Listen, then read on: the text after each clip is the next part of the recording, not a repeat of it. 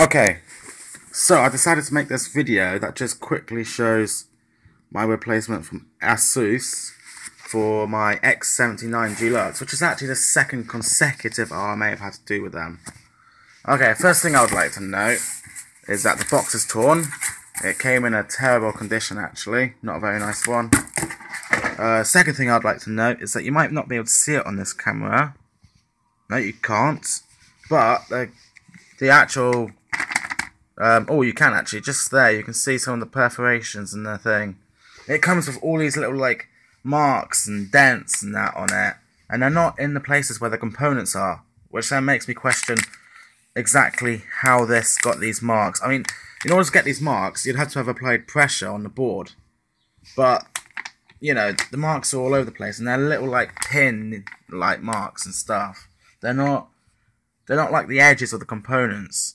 Which makes me wonder, A, where this bag came from, and B, what's happened to this board.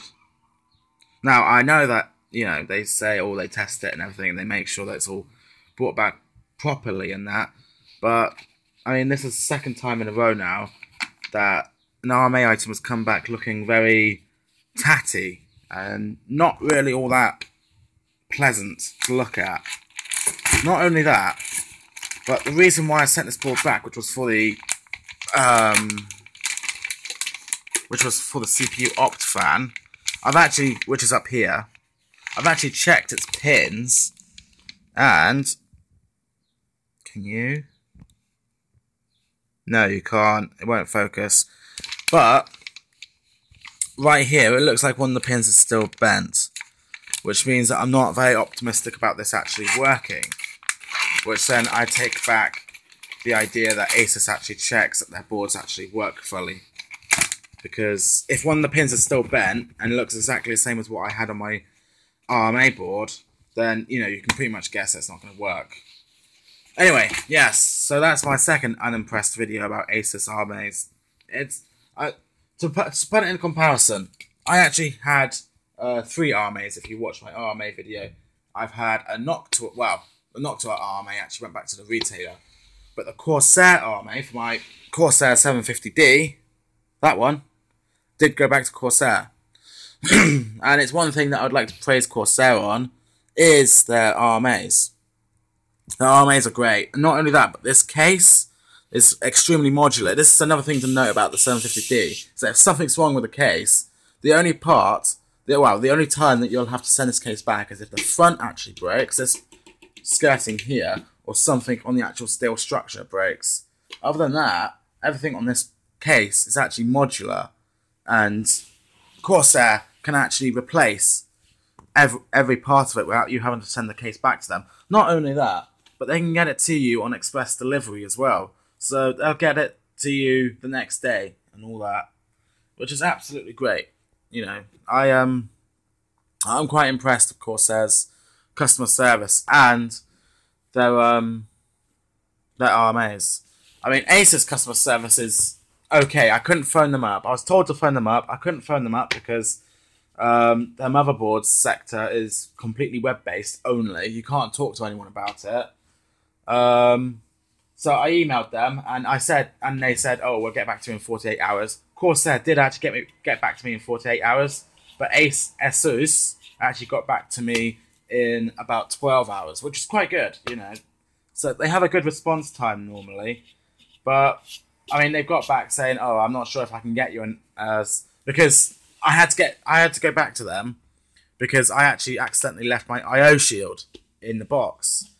Now, I didn't think it was too much of a problem when I sent it off, and I realised that because the other RMA I got, which was my ASUS Rampage 3, I actually got basically someone's return back with all the accessories in place and the box and everything. But this time, all I've got is this grey box. That's all I got back.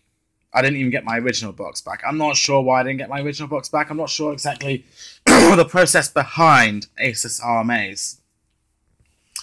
But I didn't get my box back. I didn't get any of my accessories back or anything. I just got this with the plastic bag in a state that it is, making me question, you know, exactly the legitimacy of its working order. That's what I'm actually about to test, and I made this video just before I thought I'd test that.